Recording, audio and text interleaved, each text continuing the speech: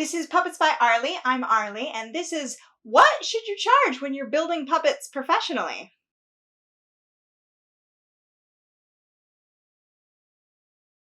So when I'm building puppets for a group or an individual, I always turn to this formula for pricing. So I estimate the cost of materials plus a 20% contingency, and then that plus my day rate, meaning how much would I charge if I were to work on something for an 8-hour day, plus 20% of that, and that should equal the cost of the puppet. You add these 20% contingencies in case you run into issues like the materials are flawed and you have to buy more, or the contingency on the day rate in case you have to spend a lot more time than you originally envisioned. Now, this doesn't necessarily cover all the costs that you may run into. An important one that I haven't included here is shipping. If the puppet has to be shipped to another location, or if you have to take the puppet in a taxi cab to the theater that it's performing at, you should include those costs in as well. I always recommend making a contract when you build a puppet for someone else.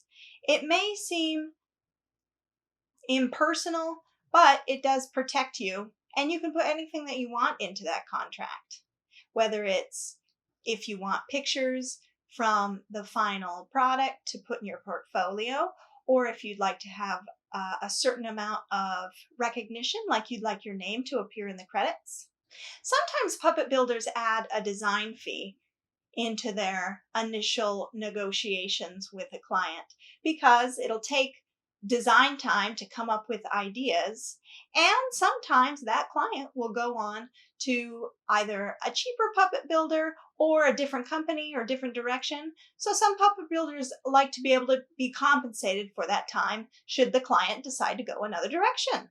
You could also include a portion of your studio rent into your puppet building price. Sometimes building a puppet will require repair, and you can write that into your contract as to how much you're willing to come and repair it, or if you want the right to refurb it at the end of a theater run. One idea you can include in contracts is a design lockdown. So you're talking with your client about what they want and you're trying to tell them what's possible, and so you begin building, and then they change their mind and vision about what they want, but it's too late because you've already bought all the fabric or materials or supplies.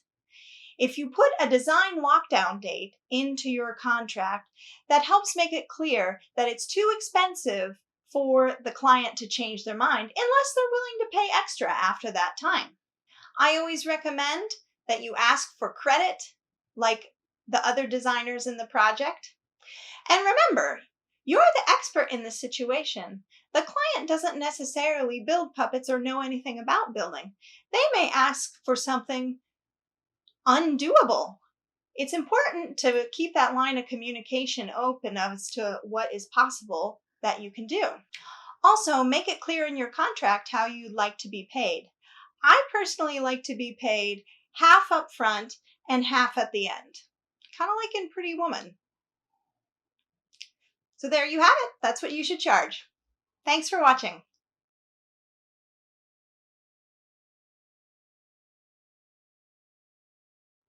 Well, I was working as a puppeteer. What? You were working as a puppeteer? Yeah, I guess that's right. Ah, yeah. Did you tell your parents? Okay.